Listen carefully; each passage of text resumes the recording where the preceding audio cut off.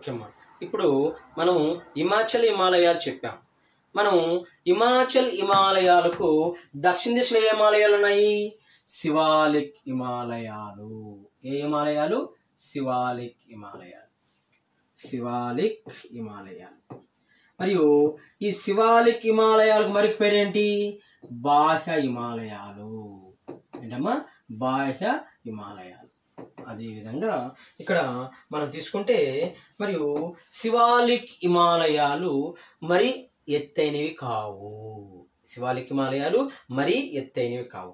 ఈ శివాలిక్ హిమాలయాలు మనం ఎత్తు తీసుకుంటే 900 మీటర్ల నుంచి 900 మీటర్ల నుంచి 1100 మీటర్ల ఎత్తు వరకు కలవమ్మా. 11 మీటర్ల ఎత్తు వరకు కలవు. ఏంటివి? శివాలిక్ హిమాలయాలు. మరియు శివాలిక్ హిమాలయాలు ఎత్తు 900 మీటర్స్ నుంచి 1100 మీటర్స్. వెడల్పు ఏంటమ్మా? వెడల్పు. ఈ వెడల్పు వచ్చేసి 10 కిలోమీటర్ల నుంచి 50 కిలోమీటర్ల వరకు వెడల్పు కలవు. 10 కిలోమీటర్ల నుంచి 50 కిలోమీటర్ల వరకు వెడల్పు కలవు. ఈ శివాలిక్ హిమాలయాల విశేషాలు ఏంటంటే హిమాద్రి నుంచి వచ్చిన ఒండ్రు మట్టి, కంకర, ఇసుక. ఎక్కడి నుంచి? హిమాద్రి నుంచి వచ్చిన ఇసుక. అంటే ఎందుకు? నదులు పైనుంచి కిందకు వస్తున్నాయి. నదులు పైనుంచి కిందకు వచ్చినప్పుడు ఒండ్రు మట్టి, కంకర, ఇసుక అన్ని కిందకు వస్తాయి. ఎందుకు? వాల్ ఎక్కువగా ఉన్నది. ఇది చూడండి, ఇది ఎత్తు 900 మీటర్స్ నుంచి 1100. మరియు హిమాచల్ వచ్చేసి 4500 మీటర్లే. మరి హిమాద్రి వచ్చేసి 6000 మీటర్లు. అంటే 6000 మీటర్ల నుంచి 4000 మీటర్లు, 4000 మీటర్ల నుంచి 1100 మీటర్లు అలా డౌన్కి రావడం వల్ల అక్కడ హిమాచల్ నుంచి వచ్చిన ఇసుక, ఒండ్రు మట్టి, కంకర మొత్తం శివాలిక్ హిమాలయాలను కప్పివేయబడును. ఏనన్నా? కప్పివేయబడును. ఇలా శివాలిక్ హిమాలయాలంతా కప్పివేయబడను. పైనుంచి వచ్చిన ఏంది? పైనుంచి వచ్చిన ఒండ్రు మట్టి. ఏనన్నా? ఒండ్రు మట్టి మరియు ఒండ్రు మట్టి మరియు ఇసుక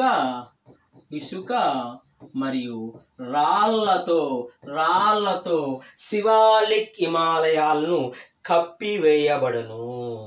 ఏనన్నా? కప్పివేయబడును. అదేవిధంగా ఈ హిమాచల్ హిమాలయాలకు, ఈ శివాలిక్ హిమాలయాలకు మధ్య లోయలు ఉంటాయి. ఎందుకు? అక్కడ హిమాచల్ హిమాలయాలకు శివాలిక్ హిమాలయాలకి హిమాచల్ హిమాలయాలు ఎత్తుగా ఉన్నాయి, శివాలిక్ హిమాలయాలు కొద్దిగా ఎత్తు తక్కువగా ఉన్నాయి. వాటి మధ్య లోయలు ఏర్పడును. అలాంటి దైర్ఘ్య లోయలను ఏమన్నా? దైర్ఘ్య లోయలను డూన్స్ అంటారు. ఏమంటారు? డూన్స్ అంటారు. డూన్స్ అంటే ఏంటి? 2 పర్వతాల మధ్య సహజంగా ఏర్పడిన లోయలను డూన్స్ అంటారు. అదేవిధంగా హిమాచల్ హిమాలయాలకు, శివాలిక్ హిమాలయాలకు మధ్య లోయలు ఏర్పడతాయి. అలాంటి లోయలను, దైర్ఘ్య లోయలను డూన్స్ అంటారు. డూన్స్ ఏ హిమాలయాల ప్రసిద్ధి? శివాలిక్ హిమాలయాల ప్రసిద్ధి. అలాంటి డూన్స్ కొన్ని పేర్లు టెక్స్ట్ బుక్లో ప్రస్తావన తీసుకొచ్చాడు. ఆ డూన్స్ పేరు ఏంటంటే, ఒకటి ప్లాటీడూన్.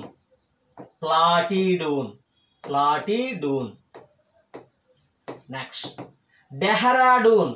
ఏంటన్నా? డెహ్రాడూన్. నెక్స్ట్ కోట్లీడూన్.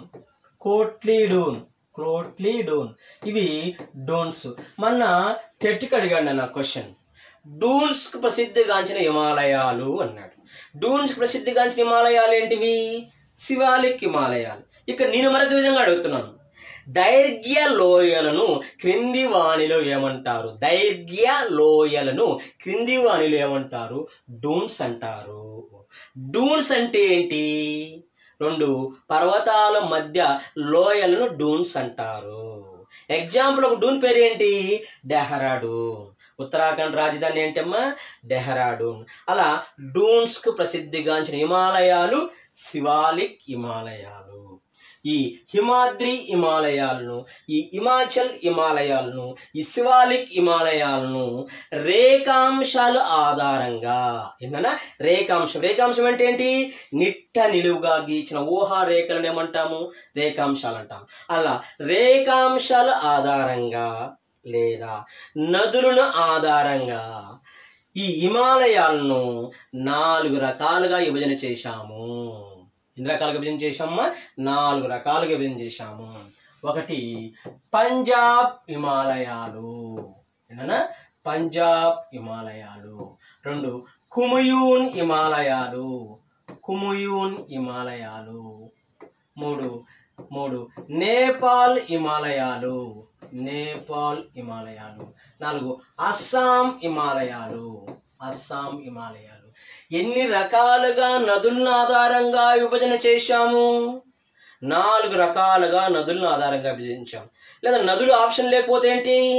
రేఖాంశాల ఆధారంగా లేదా నదులను ఆధారంగా హిమాలయాలను ఎన్ని రకాలుగా విభజన చేశాము? 4 రకాలుగా విభజన చేశాం. ఒకటేంటి పంజాబ్ హిమాలయాలు. ఒకటేంటి పంజాబ్ హిమాలయాలు, పంజాబ్ హిమాలయాలు. ఈ పంజాబ్ హిమాలయాలు ఏ నదుల మధ్య ఉన్నవి? ఇక్కడ సట్లెజ్ అనే నది, సింధు అనే నది ఉంది నాన్న. సింధు నదికి సట్లెజ్ నదికి మధ్య ఉన్న హిమాలయాలను పంజాబ్ హిమాలయాలు అంటారు. ఏ నదుల మధ్య ఉన్నవి ఇవి? సింధు నది, ఇది సింధు నది, ఇది సట్లెజ్ నది మధ్య ఉన్న హిమాలయాలను పంజాబ్ హిమాలయాలు అంటారు. ఈ పంజాబ్ హిమాలయాలు స్థానికంగా కాశ్మీర్ ప్రాంతాలు, హిమాచల్ ప్రాంతాలు. కాశ్మీర్ అనే ప్రాంతం ఇందులోనే ఉంది, హిమాచల్ ప్రదేశ్ అనే ప్రాంతం కూడా ఇందులో ఉంది. ఇందులో పంజాబ్ హిమాలయాలు. అదేవిధంగా పంజాబ్ హిమాలయాల తర్వాత రెండోది ఏంటి? కుమయూన్ హిమాలయాలు. కుమయూన్ హిమాలయాలు. సట్లెజ్ నది నుంచి కాళీ నది మధ్య కలవు. సట్లెజ్ నది నుంచి కాళీ నది మధ్య హిమాలయాలు ఉన్నటివి కుమయూన్ హిమాలయాలు. ఏంటి? కుమయూన్ హిమాలయాలు. అదేవిధంగా నెక్స్ట్ మూడోది ఏంటి? నేపాల్ హిమాలయాలు. ఏంటమ్మా? నేపాల్ హిమాలయాలు.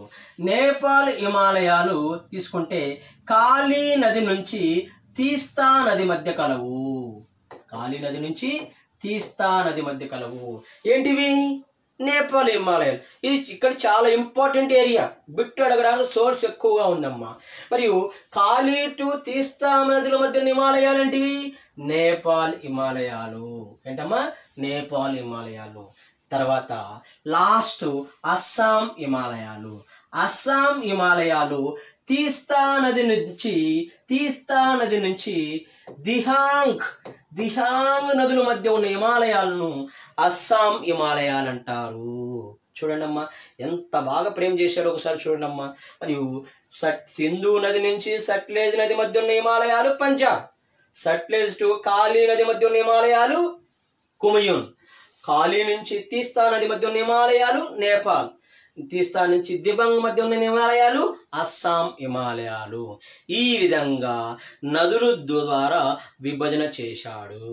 ఇక్కడ టెక్స్ట్ బుక్లో ఏం చెప్పాడు? ఇది చెప్పిన తర్వాత టెక్స్ట్ బుక్లో పాయింట్ మాట్లాడాడు. ఏమని? స్థానికంగా హిమాలయాలు పేర్లు కొత్తగా ఏర్పాటైనవి, అవి వాళ్ళ రాష్ట్రాలలో ఏర్పాటు చేసుకున్నారు. వాటి పేర్లు కొన్ని సేకరించండి. హిమాలయాలు ఉన్నాయి కదన్న, ఈ హిమాలయాలు ప్రాంతీయ పేర్లు ఉన్నాయి, వాటిని సేకరించండి, వాటిని కనుగొనండి అని టెక్స్ట్ రాశాయి. వీటిని హిమాలయాలు ఎక్కడ? ప్రాంతీయంలో, అంటే సమ్ స్టేట్స్లో డిఫరెంట్ పేర్స్ ఉంటాయి హిమాలయాలకు. అలా కొన్ని పేర్లు మనం డిస్కషన్ చేద్దాం. అదేవిధంగా కొన్ని పేర్లు ఏంటి? హిమాలయాలను స్థానికంగా మనం తీసుకుంటే అరుణాచల్ ప్రదేశ్లో హిమాలయాల్లో మిస్మీ కొండలు అంటారు.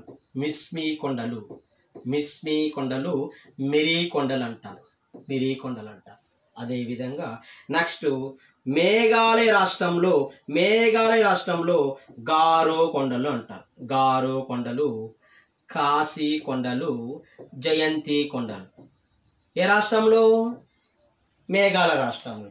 అదేవిధంగా ఉత్తరప్రదేశ్లో దుధ్వా కొండలు అంటారు హిమాలయాలు. ఉత్తరప్రదేశ్లో దుధ్వా కొండలు అంటారు. అదేవిధంగా సిక్కిం రాష్ట్రంలో సిక్కిం రాష్ట్రంలో చురియా కొండలు అంటారు. చురియా కొండలు అంటారు. ఏంటి ఇవన్నీ? హిమాలయాల్లో ఒక భాగం. హిమాలయాలను వాళ్ళ రాష్ట్రాలలో కొన్ని కొండలుగా పేర్కొంటున్నారు. అరుణాచల్ ప్రదేశ్లో మిస్మి మిరి కొండలు అంటున్నారు. మేఘాలయలో గారో కాశీ జయంతి కొండలు అంటున్నారు. ఉత్తరప్రదేశ్లో దుధ్వా కొండలు అంటున్నారు. సిక్కింలో చురియా కొండలు అంటున్నారు. అదేవిధంగా ఈ హిమాలయాలు మొత్తం ఈ హిమాలయాలు మొత్తం ఇలా అరుణాచల్ ప్రదేశ్లో అరుణాచల్ ప్రదేశ్లో దిహాంగ్ అనే ప్రాంతంలో దిహాంగ్ అని ఇది లోయమ్మ. దిహాంగ్ అనే ప్రాంతంలో దక్షిణ దిశకు వంగి ఈశాన్య రాష్ట్రాల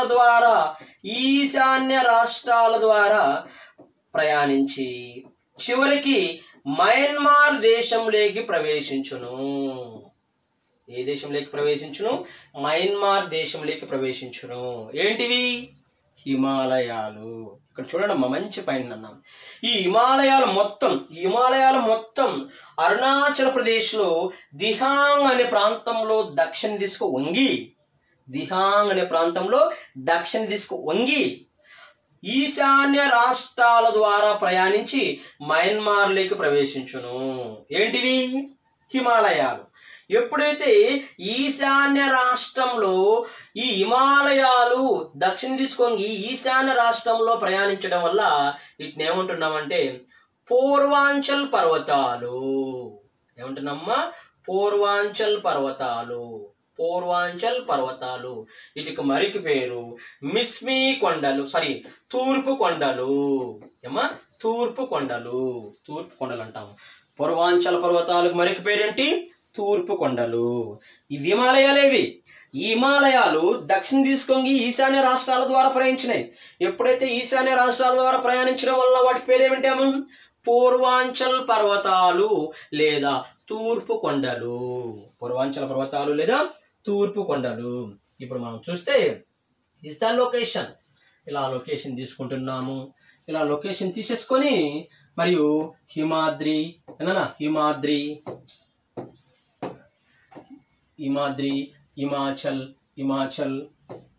హిమాచల్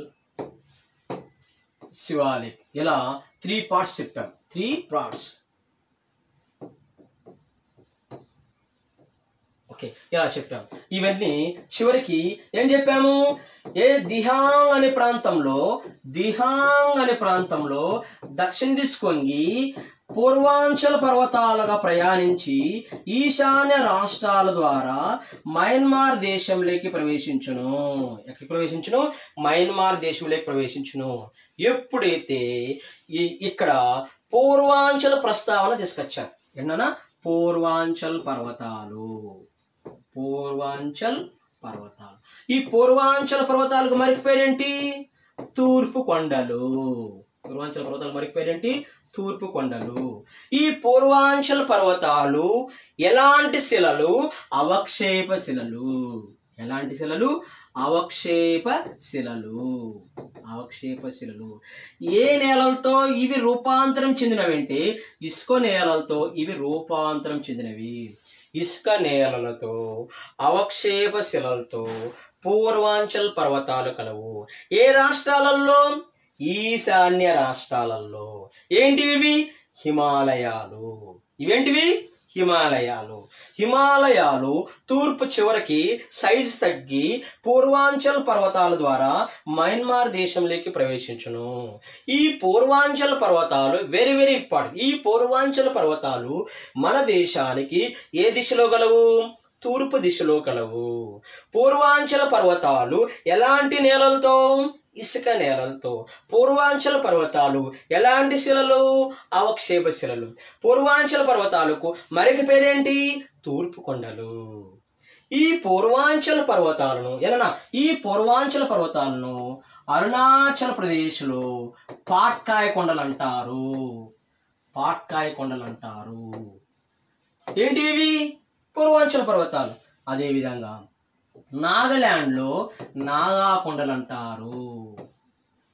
అదేవిధంగా మణిపూర్లో మణిపురి కొండలు అంటారు. మణిపూర్ కొండలు అంటారు. మిజోరంలో మిజో కొండలు అంటారు.